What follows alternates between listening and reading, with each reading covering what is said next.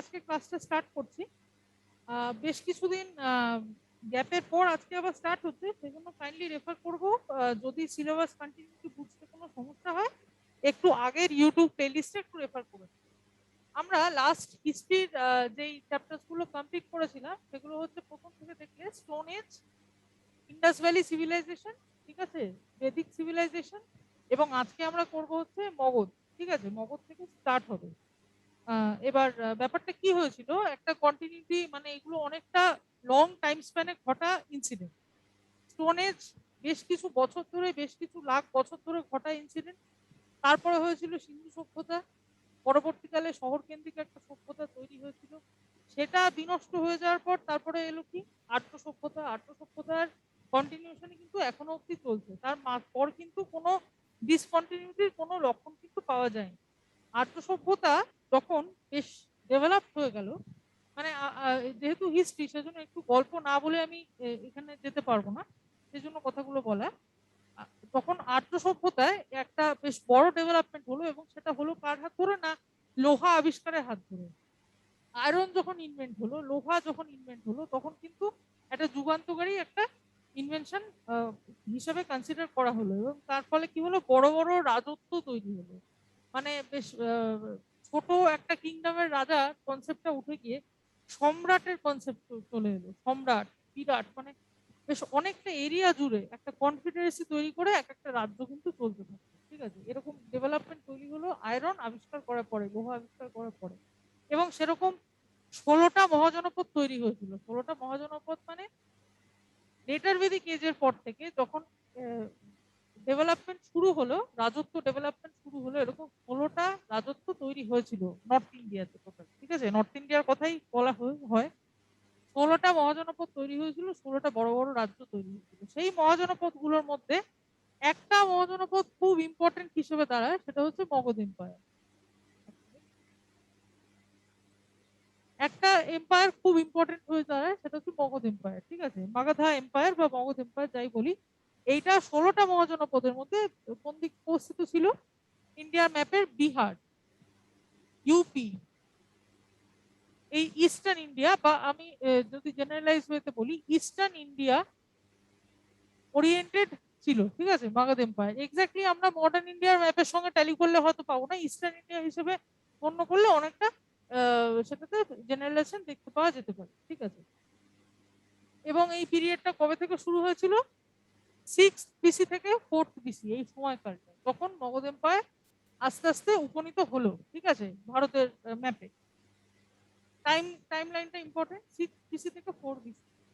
এক্সটেন্টটা কি, এক্সটেন্টটা এখানে বলেছে, Magadha embraced the former districts of Patna এরিয়াগুলো, Gaya, and grew to be the leading state of that time। মগধের এক্সটেনশনটা কি, যেটা বললাম, পাটনা, গয়া, বিহার ওরিয়েন্টেড, ইউপি এবং বিহার এন্টারটাই মগধের মধ্যে পড়তো, ইস্টার্ন ইন্ডিয়া। ঠিক আছে, এবং 16টা আমাদের মনে রাখতে হবে, নর্থ ইন্ডিয়ার 16টা টোটাল বড় রাজ্য কিন্তু তখন তৈরি হয়েছিল, কিন্তু তার মধ্যে মগধ হচ্ছে সব থেকে ইম্পর্টেন্ট। সেই জন্য মগধের ইতিহাসটাই কিন্তু আমাদের একটু গুরুত্ব সহকারে পড়তে হবে।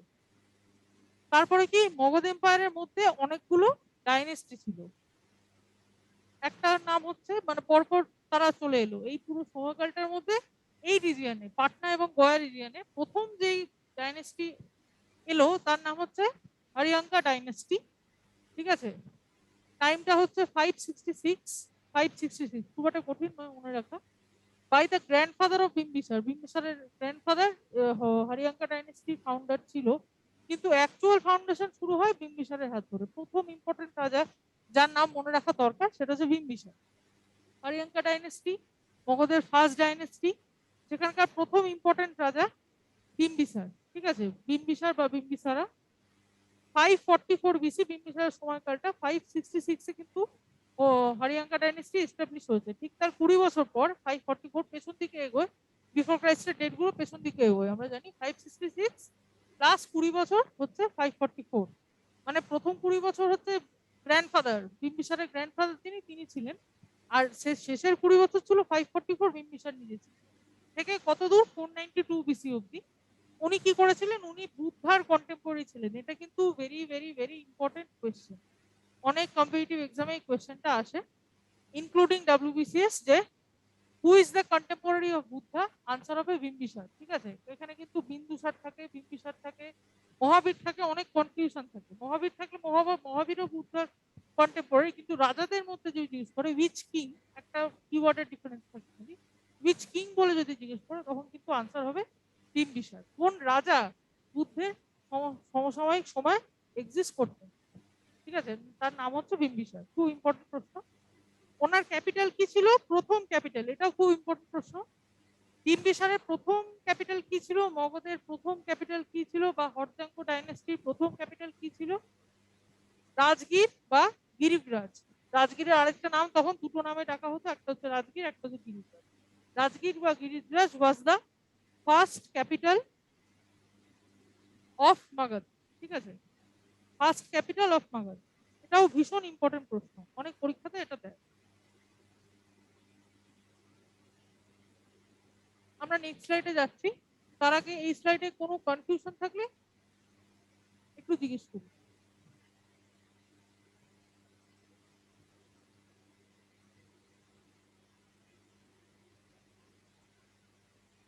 এই স্লাইডে কোনো কনফিউশন থাকলে একটু জিজ্ঞেস করুন। কল্যাণী, মালদা, আসানসোল, বাঁকুড়া, পূর্ত ভবন, কোনো ডাউট আছে কি? ঠিক আছে, আমি তাহলে নেক্সট স্লাইডে এগোচ্ছি।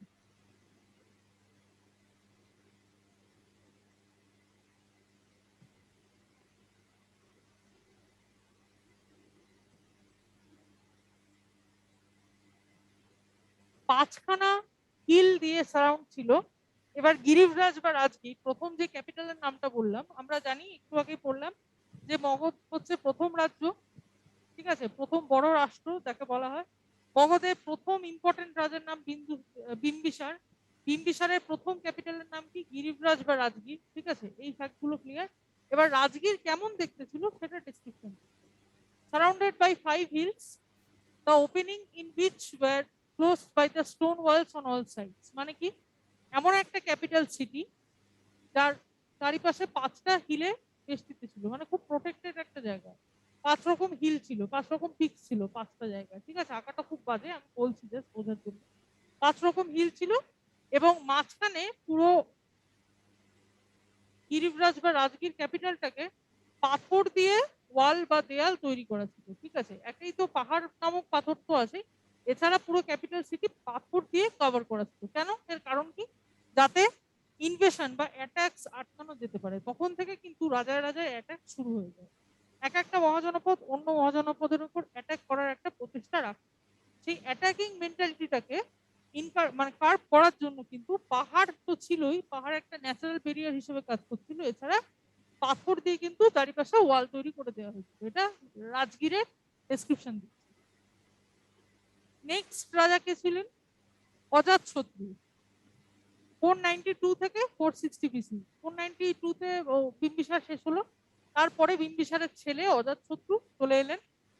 Son of Bimbisara killed his father and ceased the thrown. মানে বাবাকে হত্যা করে উনি রাজ্য অধিকার করেছিলেন। ঠিক আছে, অজাতশত্রু বাবাকে হত্যা করে ডিরেক্টলি, সেটা বলাই গেছে হিস্ট্রিতে। Buddha died during his reign. এটা হচ্ছে ভেরি ভেরি ভেরি ইম্পর্টেন্ট প্রশ্ন, বিভিআই কোয়েশ্চেন।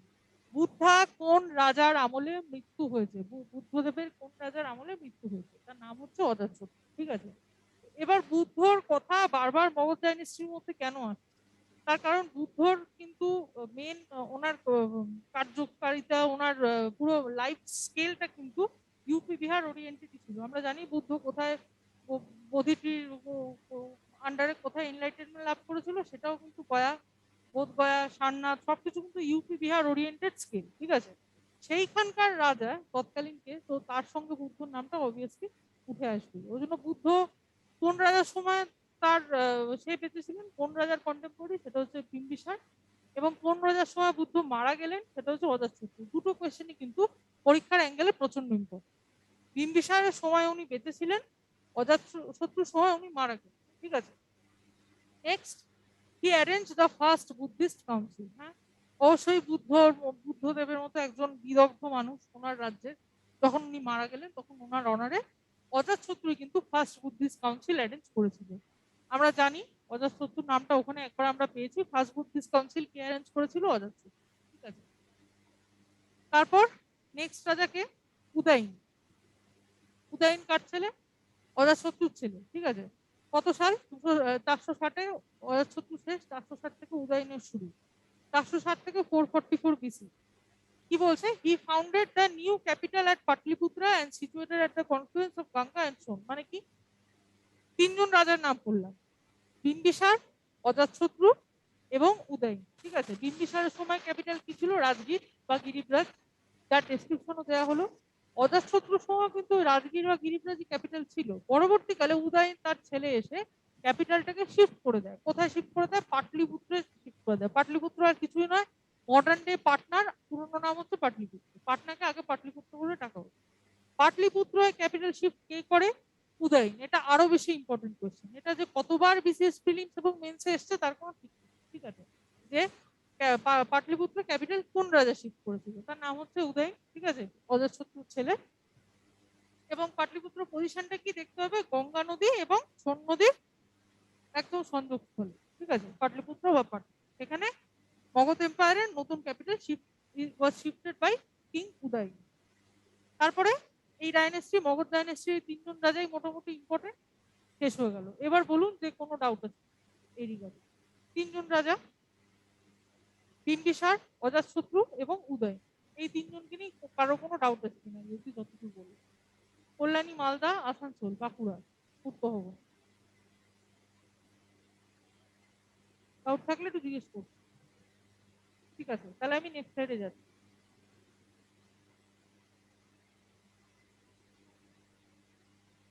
শিশুনাগ ডাইনেস্টি, তারপরের ডাইনেস্টি শিশুনাগ ডাইনেস্টি। এই ক্রোনোলজিটাও জিজ্ঞেস করে, প্রশ্নে আছে। মগধ এম্পায়ার, এই সরি ভুল বললাম, মগধ নয়,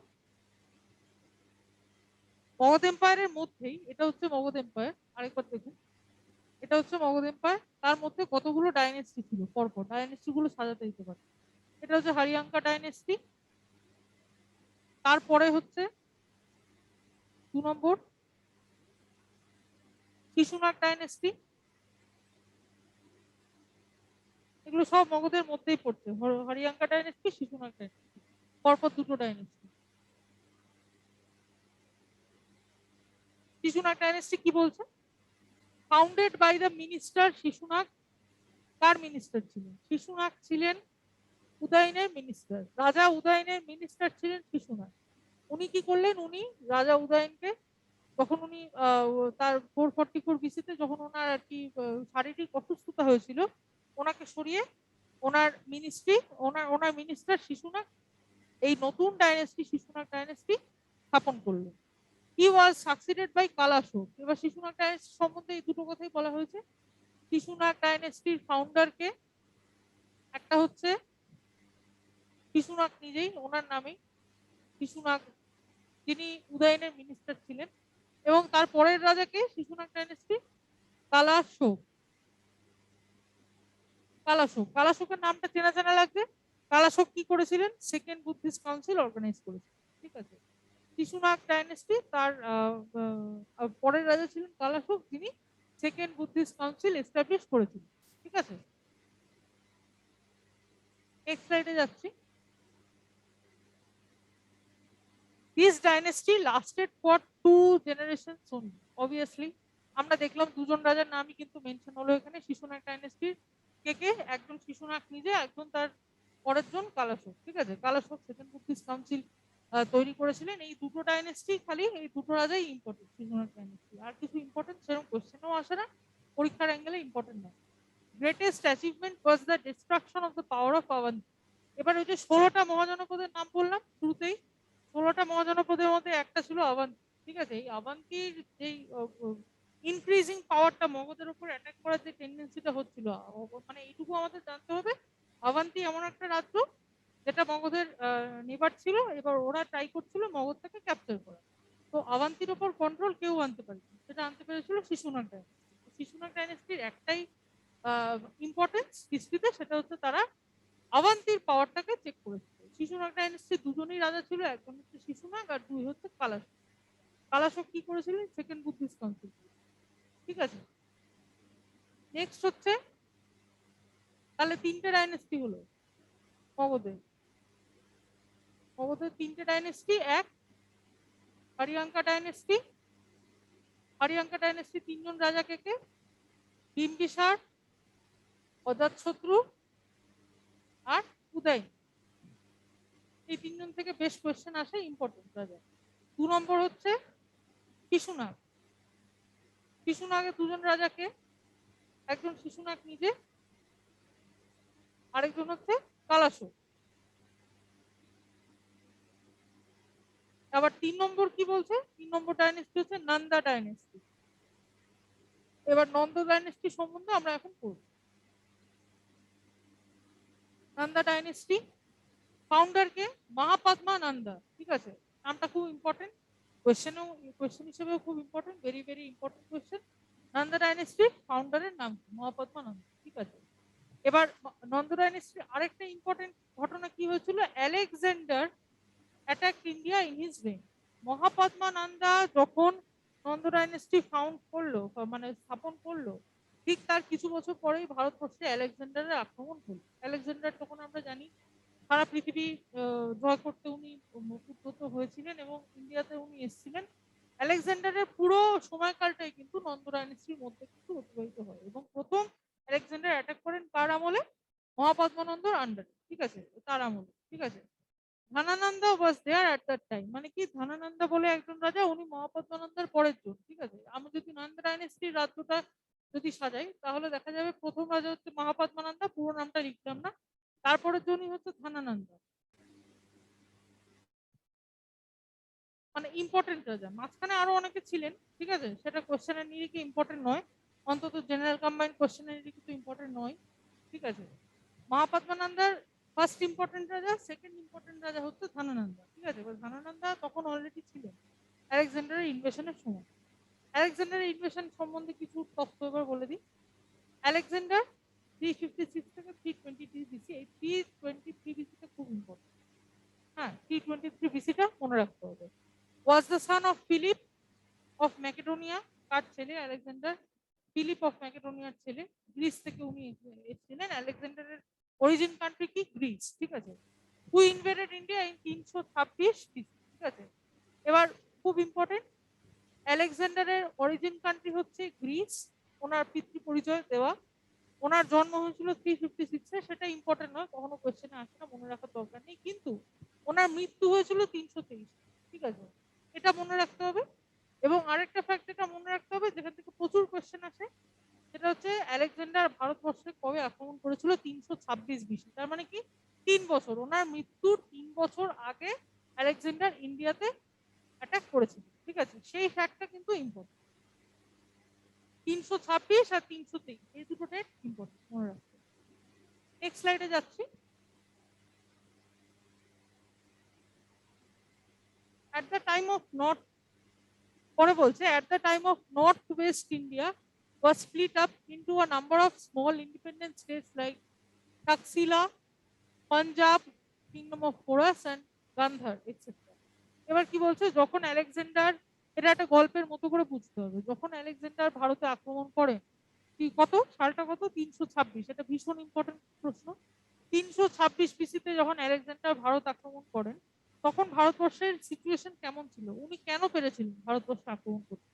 সারা ভারতবর্ষটা টুকরো টুকরো ভাবে ভাগছিল। ঠিক আছে, এরকম পুরো মানে এত টুকরো হয়ে গেছিল যে কল্পনাতীত। ঠিক আছে, প্রচন্ড টুকরো হয়ে গেছিল, ছোট ছোট ছোট ছোট কিংডম হয়ে গেছিল।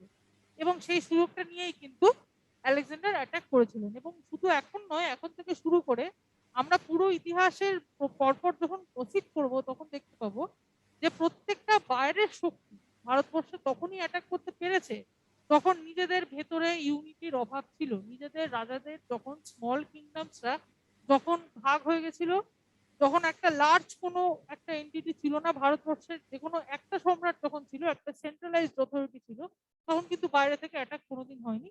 বাইরের অ্যাটাক সবসময় হয়তো কখন না, যখন ভেতরে টুকরো টুকরো হয়ে গেছিল, ভেতরে ভারতের অভ্যন্তরীণে কোনো ইউনিটি যখন ছিল না, তখনই কিন্তু বাইরের অ্যাটাক সব সময় হয়েছে। তো আলেকজান্ডারের ক্ষেত্রেও তাই। আলেকজান্ডার যখন অ্যাটাক করেছেন ইন্ডিয়াতে, তখন ওখানে কি ছিল? নাম split up into a number of small independent state. ঠিক আছে, ছোট ছোট ইন্ডিপেন্ডেন্ট স্টেটে ভাগ ছিল। নর্থ ওয়েস্ট ফ্রন্টিয়ার ওই জায়গায়। সেই স্টেটগুলোর নাম কি? একটা হচ্ছে টাক্সাসিলা, একটা হচ্ছে পাঞ্জাব। এবার পাঞ্জাবের রাজা কে ছিলেন তখন? পোরাস। সেই নামটা আমরা পরে কাজে লাগছে, সেই জন্য এখন আর কি ব্র্যাকেটে লেখা। পাঞ্জাবের রাজা কে ছিলেন? পোরাস। তার মানে কি কি রাজ্যের মেইন ইম্পর্টেন্ট যেই ভাগগুলো ছিল সেগুলো কি কি? একটা হচ্ছে টাক্সাসিলা, একটা হচ্ছে পাঞ্জাব, একটা হচ্ছে গান্ধার। ঠিক আছে, তিনটা নাম: টাক্সাসিলা, টাক্সিলা, সরি, টাক্সিলা, পাঞ্জাব, তারপরে হচ্ছে গান্ধার। পাঞ্জাবের রাজা ছিলেন পোরাস। তারপরে পড়ছি, except Porus, who fought the famous battle of Hydaspes on the banks of Jhelum with Alexander, all other kings submitted meekly. মানে কি? তখন আলেকজান্ডার ঢুকলেন, কোনখানটা দিয়ে ঢুকলেন? ভারতের ম্যাপটা একবার আঁকি, এখানটায় আঁকি, জায়গা নেই। ভারতের ম্যাপটা, ঠিক আছে, এই যে নর্থ ওয়েস্ট ফ্রন্টিয়ার প্রভিন্স, এই যে কাশ্মীর, পাকিস্তান, এই এরিয়াটা, এখান দিয়ে তো বাইরের শক্তি সবসময় এন্ট্রি করে, কারণ এটা হচ্ছে ল্যান্ড ফ্রন্টিয়ার ইন্ডিয়ার। এই নর্থ ওয়েস্ট ফ্রন্টিয়ার প্রভিন্স, এই জায়গাটা কারা কারা তখন মেন তিনটে রাজ্য কে কে ছিল? টাক্সিলা, পাঞ্জাব এবং গান্ধার। এবার পাঞ্জাবের রুলার কে ছিল? পোরাস। পোরাস বাদ দিয়ে, পোরাস বা আমরা বাংলায় বলবো পুরু, ইনি বাদ দিয়ে সবাই কিন্তু আলেকজান্ডারের কাছে সারেন্ডার করেছিল। মানে টাক্সিলার রাজাও সারেন্ডার করেছিল, গান্ধারের রাজাও সারেন্ডার করেছিল, খালি পাঞ্জাবের রাজা পোরাস কিন্তু সারেন্ডার করেননি।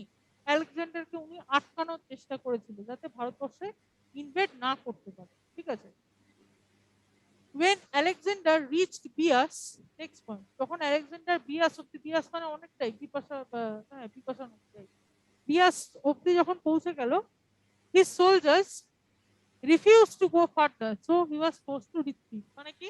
পোরাসের সঙ্গে, পোরাস কিন্তু আমরা একটু আগে কি বললাম, এই যে তিনটে রাজ্য ছিল তার মধ্যে কিন্তু পোরাসই একমাত্র বাধা দিয়েছিল। কোথায় বাধা দিয়েছিল? এই জায়গাটা বলি, ব্যাটেল অফ হাইডাসপেস। পোরাসের সঙ্গে আলেকজান্ডারের ঝিলাম নদীর তীরে কিন্তু ব্যাটেল অফ হাইডাসপেস মানে যুদ্ধ একটা হয়েছিল। সেই যুদ্ধের মাধ্যমে পোরাস আলেকজান্ডারকে বাধা দেওয়ার চেষ্টা করেছিল। বাধা দিতে যখন সফল হয়নি, ঝিলাম নদী পেরিয়ে, ঝিলামের পরের নদী, আমরা যদি ইন্ডিয়ার ম্যাপ দেখি, জিওগ্রাফিক্যাল ম্যাপ, প্রথমেই কিন্তু ঝিলাম নদী আছে। ঝিলাম নদীতে যখন একটা সংঘর্ষ হলো পোরাস এবং আলেকজান্ডারের মধ্যে, তারপরে ঝিলাম নদী পেরিয়ে পোরাসকে পরাজিত করে আলেকজান্ডার আরো সামনে পাড়ি দিয়ে কোথায় এলো না, বিয়াস নদী। বিয়াস নদীর তৈরিতে কি হয়েছিল? তার আলেকজান্ডারের যারা সোলজার ছিল তারা বললো আমরা আর যাবো, আমরা টায়ার্ড। বিয়াস নদীর তীরে এসে আলেকজান্ডারের সোলজাররা বললো আমরা আর যাবো না, আমরা টায়ার্ড। সেই জন্য কি করলো তারা? কিন্তু পেছনে পিছে হটতে বাধ্য হলো। মানে আলেকজান্ডার কি ছিলেন? ইম্পেরিয়ালিস্টিক ছিলেন। মানে উনি খালি মানে রাজত্ব বিস্তার করবেন, যতদূর ওনার সোলজার নিয়ে যাবেন ততদূর ওনার নিজের রাজত্ব বিস্তার হয়ে যাবে, এরকম মানা হতো। প্রথমেই যখন নর্থ ইস্ট ফ্রন্টিয়ার প্রভিন্স দিয়ে ঢুকছে তখন কোনো রাজারা কেউ ওনাকে বাধাপ্রাপ্ত করেননি। টক্সিলার রাজা, গান্ধারের রাজা সবাই সারেন্ডার করে দিয়েছিল, কিন্তু পাঞ্জাবে পোরাস কিন্তু আটকে ছিল। পোরাস কি করেছিলেন? ঝিলাম নদীর তীরে ব্যাটল অফ হাইডাসপেসে আলেকজান্ডারের সঙ্গে যুদ্ধ করে তাকে আটকানোর চেষ্টা করেছিল। ঠিক আছে, তখন আটকাতে পারলো না। আলেকজান্ডার পোরাসকে পরাজিত করে আবার এগিয়ে আসছে, এগিয়ে এসে কোথায় শেষ করলো? বিয়াসে। ঠিক আছে, বিয়াসের তীরে এসে শেষ করলো। বিয়াসের তীরে এসে কেন শেষ করতে বাধ্য হলো? কারণ তার সোলজাররা বলছিল যে আমরা আর যেতে পারবো না। সোলজাররা হচ্ছে সব থেকে বড় শক্তি একটা রাজার। সোলজার যখন বিদ্রোহ করে তখন রাজা অলরেডি কিন্তু মানসিকতাটা ভেঙে যায়। তো আলেকজান্ডারও তাই হয়েছিল, বিয়াসের পরে সে ফার্দার আর এগোতে পারেনি, সুতরাং হি ওয়াজ ফোর্সড টু রিট্রিট। ঠিক আছে, সেটাই লেখা। To mark the farthest point of his advance, he erected 12 huge stone altars on the north bank of Bias. ঠিক আছে, আমরা একটু আগে পড়লাম বিয়াসের তীরে এসে তার সোলজাররা বিদ্রোহ করার পর, বিদ্রোহ নয় মানে মানে আর তারা আর ফিলিং হয়নি আসার জন্য, ওই জন্য বিয়াস হচ্ছে আলেকজান্ডারের শেষ, ইন্ডিয়ার অ্যাগ্রেশনে আলেকজান্ডারের শেষ হচ্ছে বিয়াস। ওই জন্য এই শেষটাকে ওনার বাউন্ডারি, ওনার বর্ডার লাইনটাকে মাপার জন্য, মেজার করার জন্য উনি কি করেছিলেন? 12টা হিউজ স্টোন অল্টার করেছিলেন, পাথরের 12টা মূর্তি তৈরি করেছিলেন। ঠিক আছে, মূর্তি বা বিগ্রহ যাই বলা যায়, 12টা ওরকম পাথরের বিগ্রহ তৈরি করে বিয়াস নদীর ব্যাংকটাকে বেঁধে দিয়েছে। কেন? কোয়ামোরেট করার জন্য যে আলেকজান্ডার দ্য গ্রেটের ইন্ডিয়ান এক্সটেন্ট এই, this is the boundary, river Beas is the boundary of Alexander on India. এবং আলেকজান্ডার দ্য গ্রেট বলা হতো। উনি এত বড় সম্রাট ছিলেন পৃথিবীর, ওনার নামে পরে দুটো প্রেফিক্স বসতো, কি? Alexander the great. তার মানে এটা একটা বড় ইভেন্ট যে বিয়াস নদীর শেষে হচ্ছে আলেকজান্ডারের মতো একজন সম্রাট, যার শেষ বাউন্ডারি ইন্ডিয়াতে হচ্ছে 82, সেই জন্য 12টা স্টোন অল্টার তৈরি করি, ঠিক আছে। তারপর কি হলেন, remained in India for 19 months, এটা VVVI কোয়েশ্চেন। না হোক করে 3বার এসছে প্রিলিমসে, না হোক করে 1-2বার তো এসছেই মেন্সে এবং বিভিন্ন পরীক্ষায়, ঠিক আছে। আমরা জেনারেল কম্বাইন্ডের যে কটা পরীক্ষা দেবো সবগুলোতে খুব ইম্পর্টেন্ট প্রশ্ন হচ্ছে আলেকজান্ডার কত মাস ভারতবর্ষে ছিলেন। আনসার হচ্ছে 19 মাস, ঠিক আছে।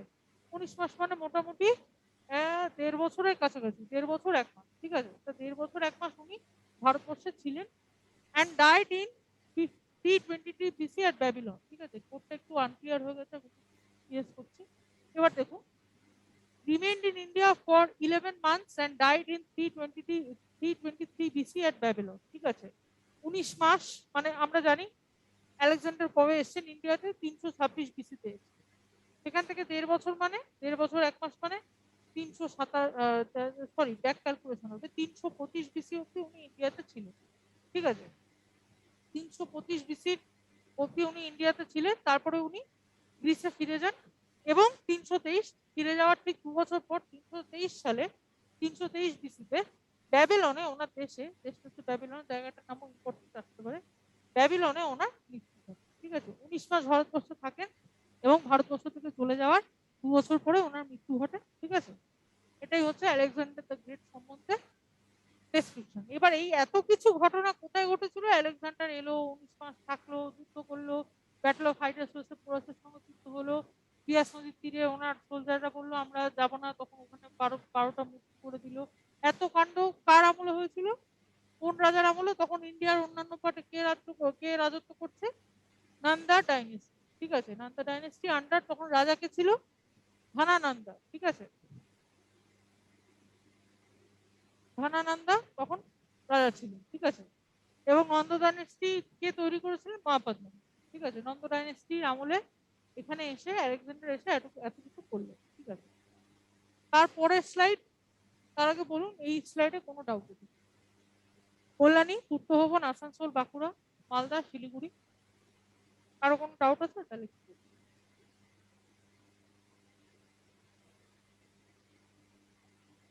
ঠিক আছে, আমি তাহলে নেক্সট স্লাইডে যাচ্ছি।